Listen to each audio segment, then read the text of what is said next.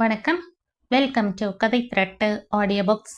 இந்த வீடியோவில் நம்ம என்ன கதை கேட்க போகிறோம்னா பரிவு சிறுகதை.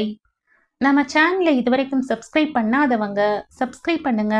பக்கத்தில் இருக்கிற பெல் ஐகானை கிளிக் பண்ணி ஆல்ங்கிற ஆப்ஷனை ப்ரெஸ் பண்ணுங்க. இந்த வீடியோக்கு ஒரு லைக் கொடுத்துட்டு கமெண்ட் பாக்ஸை கிளிக் பண்ணால் ஹைப்புங்கிற ஆப்ஷன் வரும். ஹைப்புங்கிற ஆப்ஷனை கிளிக் பண்ணி இந்த வீடியோவை ஹைப் பண்ணுங்க. வாங்க கதைக்குள்ளே போகலாம். கரையில் ஏறி நின்றான் வீரன். ஆழங்கால் மதகில் சடீர் சடீர் என்று அலைகள் மோதின. மதகின் பெருத்த கம்பிகள் அதிர அதிர நுரைகள் சிரித்தன. பெண்ணையாற்றில் பெருகி பொங்கிய வெள்ளம் ஆழங்காலில் புகுந்து ஏரிக்குள் புரண்டது. ஈரம் மிதந்த காற்றின் விசிறலில் குளிர் பெருகியது. கால் இருள் விலகிய அதிகாலையில் கண்ணு கெட்டிய தூரம் தண்ணீர் புரண்டது. தாவி தாவி ஓடும் தண்ணீரின் பாய்ச்சல், மடங்கி நெளியும் அலையின் நுரைகள், சீரான இரைச்சலில் மனமிழந்து நின்றான் வீரன். அவன் தோளில் வாகான பெரிய கோடாலி. சரிவில் பெரிய நாணல் புதர், நடுவில் பனை மரங்கள் காலை காற்றில் சுழன்று சுழன்று நெளிந்தன. நல்ல காற்று. தெரிந்த மட்டில் குட்டை மரங்களும் செடிகளும் அடர்ந்து கிடந்தன. விடியாத இருளில் அதன் நிறம் கவர்ச்சி காட்டியது. நெடுக்கவும் காற்றின் நெளிவு, நெடுக்கவும் புதர்களின் வளைவு, விசுக் விசுக் என்று மடங்கி மடங்கி காக்கை கூட்டம் வானில் சுற்றியது. யாருமற்ற தனிமையில் சூரியன் மேலேறி சிவந்தது. ஒரு நூலை பிடித்து கொண்டே இறங்குகிறவன் மாதிரி ஏரிக்குள் எகிரி குதித்தான் வீரன். வீரன் ஒரு மீனை போல நீரில் வளைந்து வளைந்து எழுந்தான். ஒரு கல்லை போல அடிமண்ணை தொட்டு அம்பு போல மேலே வந்தான். ஒரு தெப்பம் மாதிரி மிதந்தான்.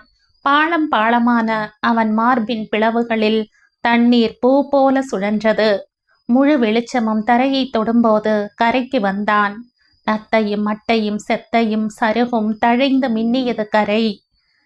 கரையை ஒட்டி நடந்து வருகிற தயிர்கார பெண்களின் பாட்டு காற்றில் மிதந்தது. பட்சிகள் சத்தம் மாத்திரமே ஒலிக்கிற நேரத்தில் முன்னும் பின்னும் இழுத்து குறைத்து சிதறுகிற பாடலில் காற்று குளிர்ந்தது. குரல் இனிமையில் தன்னை இழந்த வீரன் பெண்கள் பக்கம் திரும்பினான். வீரனின் ஆகிருதியான தோற்றத்தை உணர்ந்ததும் பெண்களின் பாட்டு நின்றது. பாடுங்க, ஏன் நிறுத்திட்டீங்க? நல்லா இருக்குது. எந்த ஊருயா நீயே? இந்த ஊருதான். இல்லையே. ஊர் பேரு சொன்னாதா பாடுவீங்களா? பாட்டுமில்ல கூத்துமில்ல, வழிய உடையா. வளவனூர் போய் அவனும் நாங்க. அது எந்த ஊரு? அந்த கரை. இந்த கரையிலிருந்து அந்த கரை போவத்தா பாட்டா?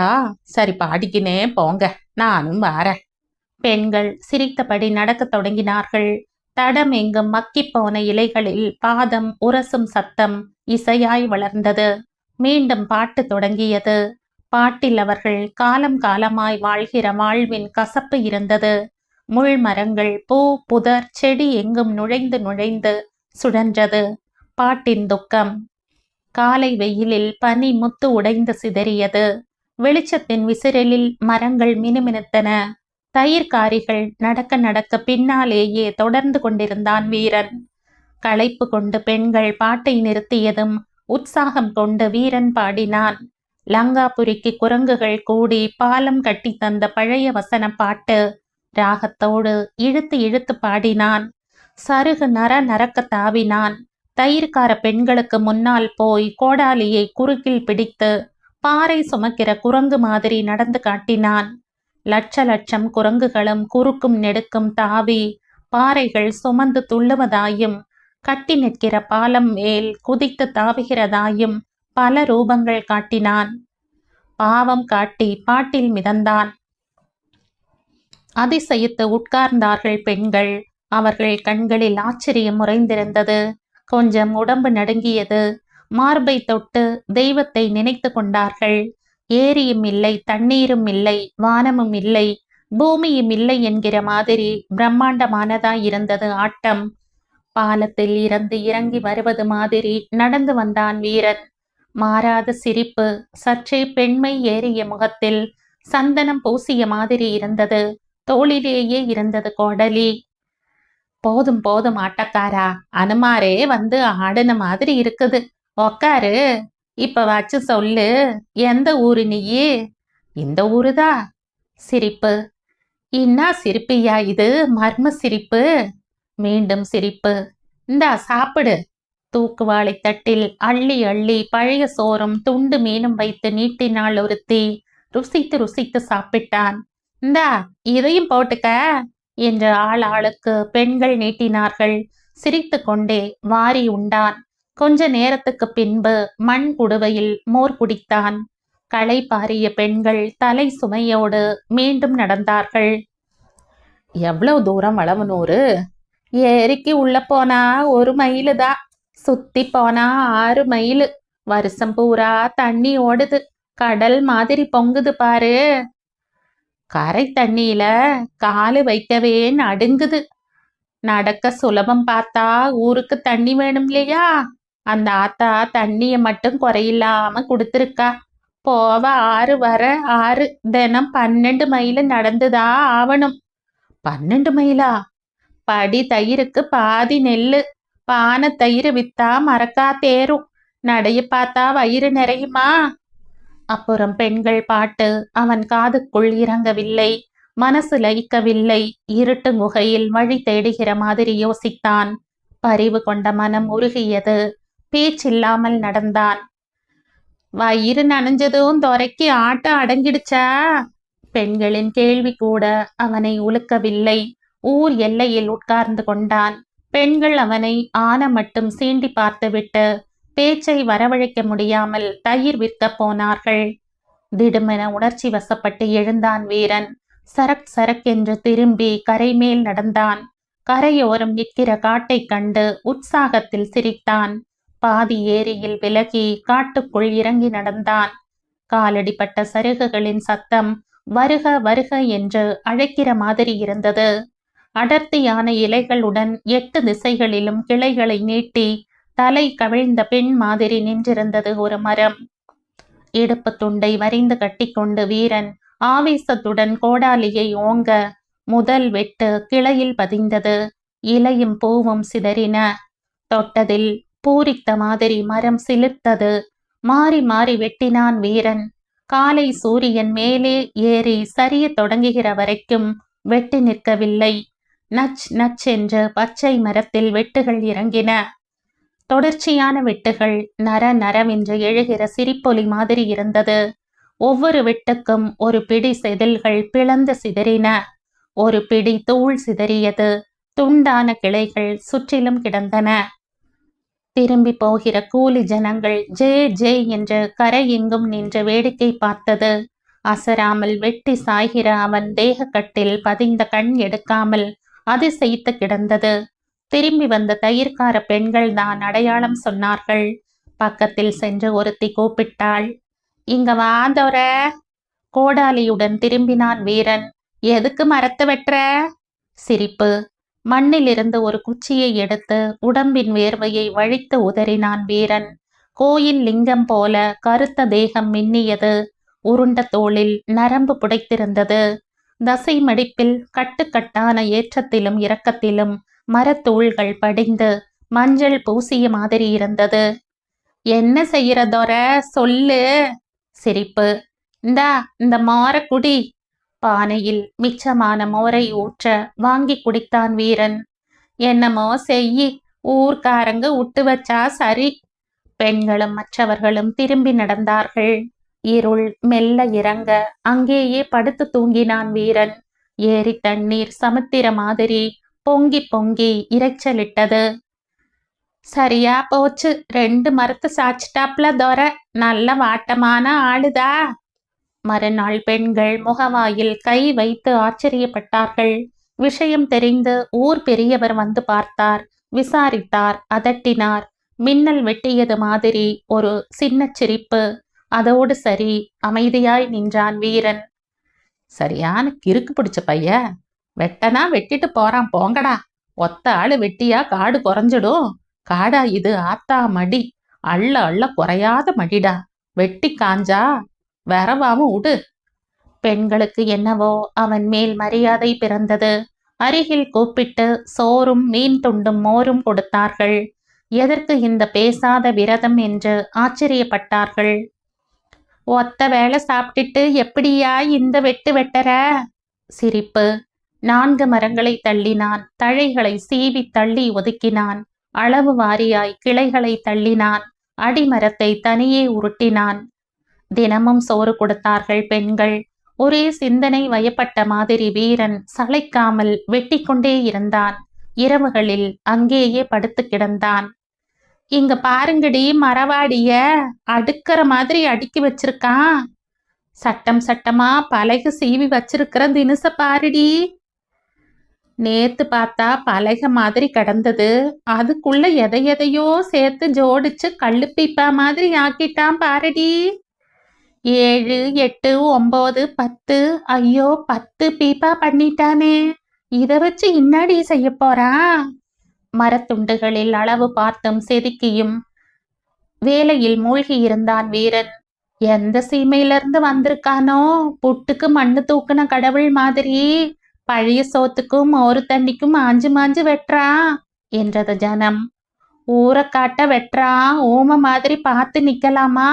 என்ன உடுங்க, ஆளைய துண்டு துண்டாக்கிடுற. விட்டுக்குனே போனா இன்னைக்கு காட்ட வெட்டுவான், நாளைக்கு ஊடையும் இடிப்பான் என்று துடித்தது ஒரு இளமட்டம்.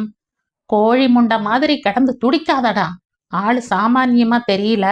நல்லதா இருந்தாலும் சரி, கெட்டதா இருந்தாலும் சரி, கடைசியா பாப்போம் என்று அடக்கியது பெரிய மனிதனின் பேச்சு. பெரிய மனிதன் பேச்சு கடவுள் பேச்சு. ஒவ்வொரு வார்த்தையும் லக்ஷ்மண கோடு. மீறும்போது ஊர் அழியும். காற்றும் தண்ணீரும் குறைந்து நாசமாவும். சாபம் வந்து சேரும். நீதியாலும் நேர்மையாலும் ஊர் காக்கும் சக்தி பெரிய மனிதன். சாதி வித்தியாசமின்றி எல்லோரும் அவன் பிள்ளைகள். எந்த காலத்திலும் ஒரு வார்த்தைக்கு மறுவார்த்தை கிடையாது. போங்க போங்க, போய் அவங்க வேலையை பாருங்க என்றான். ஜனங்கள் கலைந்தார்கள். திரும்பி கூட பார்க்கவில்லை வீரன். வெட்டிக்கொண்டே இருந்தான். லட்சாதி லட்சம் குரங்கு சைனியம் லங்கையை நோக்கி தாவுதே. ராவணன் லங்கையை நோக்கி தாவுதே. கடலை தாண்ட பாலம் கட்ட கல்லும் மண்ணும் சுமக்குதே. அட கல்லும் மண்ணும் சுமக்குதே. விடியலில் வீரனின் பாட்டு காற்றில் மிதந்தது. ஏரி சரிவில் காடு கழனி எங்கும் விரிந்து பறந்தது. சிறிதும் பிசிறு இன்றி ஒலித்த இனிமை ததும்பும் குரல் ஜனங்களை இழுத்தது. ஆதரவு தொனிக்கும் அன்பின் அழைப்பு. ஆன்மாவில் நிரம்பி தவிக்க வைக்கிற அழைப்பு. கிழக்கு திசையில் மரங்களின் தலைக்கு மேல் மேகங்களின் ஊடே வெளிச்ச உருண்டை உருள உருள அவன் குரலின் குதூகலம் புரண்டு கொண்டிருந்தது. கிராமத்தின் மடியில் கொத்து மலர்களைப் போல விழுந்தது. தயிர்கார பெண்கள் அறக்க பறக்க நடந்து வந்தார்கள். பிள்ளைகள், இளைஞர்கள், கிழவர்கள், கிழவிகள் எல்லோரும் ஓடி வந்தார்கள். சருகு படர்ந்த பாதை அதிர அதிர நடந்தார்கள். கும்பலை கண்டு பறவைகள் வெறுவி பறந்தன. ஏரி தண்ணீர் குமரி கிடந்தது. இளைய வெளிச்சத்தில் மார்பு மின்ன தண்ணீரில் கால்கள் தாளமிட வீரன் பாடிக்கொண்டிருந்தான். காலுக்கடியில் ஒரு குழந்தை மாதிரி மிதந்து கொண்டிருந்தது தெப்பம். ஒரு பெரிய படுக்கை போல, அகண்ட பட்டு புடவையின் விரிவு போல, மின்னும் வெள்ளித்தட்டு போல தெப்பம். முகவாயில் கை குவித்து அதிசயித்து கூவினார்கள். கண்கள் விரிய ஆச்சரியப்பட்டார்கள். வார்த்தைகள் தடைப்பட மௌனத்தில் பொங்கினார்கள். சட்டென்று முன்னால் எட்டி தெப்பத்தை தொட்டார்கள். வட்டமிட்டு நிற்கிற ஜனங்களை பார்த்து வீரனின் உதட்டில் புன்னகை நெளிந்தது. தேனை வாரி தெளித்த குரல் நின்றது. பாட்ட பாருடி, குளிர்காத்து மாதிரி. எத்தனை ஒட்டாரமா பேசாம இருந்தா, எல்லாம் இதை செய்யத்தானா? அன்னைக்கு 6, 6, 12 மைல் நடக்கணும்னு சொன்னதும் திகச்சு போய் நின்னானே மகராசா. இத செஞ்சு கொடுக்கணும்னு முடிவு செஞ்சான் போல. கொஞ்ச நஞ்சமான உழைப்பா, கஷ்டமா, தனியாளா, எவ்வளோ சிரமம். அப்போதுதான் அவனை முழுக்க புரிந்து கொண்ட மாதிரி உணர்ச்சி வசப்பட்டார்கள். நெகிழ்ந்து போன பெரிய மனிதன் முன்னால் வந்து கட்டி அணைத்து கொண்டான். 4 பேர் உட்காருங்க என்று வீரன் சொன்னதும் குழந்தைகளும் பெண்களும் ஆசையால் உந்தப்பட்டு முன் வந்து தண்ணீரில் கால் வைத்ததும் தயங்கி பின் வாங்கினார்கள். ரொம்ப தைரியசாலிகள் சிலர் மாத்திரம் வந்து உட்கார்ந்தார்கள். தயிர்கார பெண்கள் சும்மாட்டு துணியை கூடைக்குள் போட்டுக்கொண்டு உட்கார்ந்தார்கள். வளவனூருக்கு கூலி வேலைக்கு போகிறவர்களுக்கு ஆனந்தமாயிருந்தது. எங்க ஜனமே உனக்கு கடமைப்பட்டிருக்கு ராசாவே என்று தழுதழுத்தார்கள். ஆயுள் பூரா எங்க கூடவே இருக்கணும் ஆண்டவனே என்று கூவினார்கள். சாப்பாடு 3 வேளை, தங்கிக்கு ஓட்டு ஊடு, எல்லாம் ஏற்பாடு செய்யறோம், எங்க கூடவே தங்கிடு ராசா என்று வேண்டினார்கள். தெப்பக்கட்டையில் ஜனம் அலை மோதியது. நீளத் தொடுப்பை தண்ணீருக்குள் ஊன்றி தள்ளி தெப்பத்தை கிளப்பினான் வீரன். பூ மாதிரி மிதந்து புறப்பட்டது தெப்பம். நகர நகர பெண்களுக்கு சந்தோஷம் பெருகியது. பொங்கி புரளும் பெண்ணையாற்று தண்ணீரை கிழித்து கிழித்து நகர்ந்தது தெப்பம். காலையின் அமைதியில் ஊரார் பாட்டு வீரனின் பாட்டுடன் கூடி மிதந்தது. 6 மைல் நடை சிரமம் இல்லாமல் தெப்பம் அடுத்த கரையை தொட்டது. நெகிழ்ந்து உணர்ச்சி வசப்பட்ட பெண்கள் மண் குடுவை நிறைய மோர் கொடுத்தார்கள். நெஞ்சில் வார்த்தைகள் குழற நன்றியுடன் நின்றார்கள். சட்டென தலையை அசைத்து வெற்று தெப்பத்தை பழைய கரைக்கு திருப்பினான் வீரன். கரையில் மேள தாளத்தோடு காத்திருந்தார்கள் ஜனங்கள். வீரனை இழுத்து தோள் மேல் உட்கார வைத்து கொண்டு கூத்தாடினார்கள். வீரன் தடுத்தான், கெஞ்சினான். மசியவில்லை ஜனங்கள். நீ கடவுள்யா கடவுள் என்று தொழுது ஆடினார்கள். குளிர்காற்றாய் சிரித்தான் வீரன். இன்னொரு நடை தெப்பம் வளவனூருக்கு சென்று மீண்டது. சற்றும் அயராமல் துடுப்பு போட்டான் வீரன். உச்சி வெயிலில் அவன் கருத்த தேகம் மின்னியது. ஆசைப்பட்ட இளைஞனுக்கு உட்கார வைத்து துடுப்பு இழுக்க சொல்லித் தந்தான். 10 தரம் தப்பு தப்பாய் கூழ் துழாவுகிற மாதிரி இழுத்தான் அவன். அடுத்த இழுப்பு லாவகமாகியது. பழகி கொண்டதும் அப்படி போடு என்று சிரித்து தட்டி கொடுத்தான். கூலிக்காரர்கள் ஊர் திரும்ப பொழுது இறங்கியது. ஏரியின் சரிவில் பெரிய முளை கட்டி தெப்பத்தை இழுத்து கட்டினான் வீரன். வற்புறுத்தி ஊருக்குள் அழைக்க அழைக்க மறுத்து மல்லாந்து படுத்தான். இரவில் வெளிச்சத்துக்கு கையில் தீவட்டி ஏந்தி ஊர் காவல்காரன் தூக்குவாளியில் கொண்டு வந்த மீன் குழம்பையும் கம்பு சோற்றையும் ருசித்து சாப்பிட்டு பசி தீர்த்தான். அடிவயிறும் மனமும் குளிர மனசில் பெரிய நிம்மதியை உணர்ந்தான். குதூகலம் புரள இனிய குரலில் பாடத் தொடங்கினான். மீண்டும் பழைய பாட்டு. வானையும் மண்ணையும் போர்த்தி விடுகிற மென்மையான துணியாய் குரல் இறங்கியது. மனசின் தாகம் தணியாதவன் போல காவல்காரன் மேலும் மேலும் வேண்டிக் கொள்ள பாட்டு தொடர்ந்து கொண்டே இருந்தது. தீவட்டி வெளிச்சம் மெல்ல மெல்ல குறைந்து அணைந்து இருண்டது. புகை கிளம்பும் தீபக்கோலுடன் வரட்டுமா என்று சொல்லிக்கொண்டு காவல்காரன் கிளம்பிய போது நடுநிசி. மறுநாள் விடியும் நேரம் ஏரிக்கு வந்த ஆண்களும் பெண்களும் காத்திருந்தார்கள். முளை கயிற்றின் ஆதாரத்தில் தெப்பம் அடங்கிய கை குழந்தையாய் கிடக்க அலை ஒதுங்கும் கரையில் வீரனின் கோடாலி மாத்திரம் கிடந்தது. எங்கடி ஆளக்கானோ? சின்ன குரலில் கிசுகிசுத்தார்கள் பெண்கள்.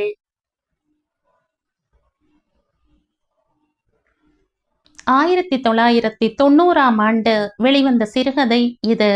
இந்த கதை உங்களுக்கு பிடிச்சிருந்தா லைக் பண்ணுங்க, ஷேர் பண்ணுங்க, சப்ஸ்கிரைப் பண்ணுங்க. மற்றும் ஒரு இன்ட்ரெஸ்டிங்கான கதையோட அடுத்த வீடியோல சந்திப்போம். பை. தேங்க்யூ.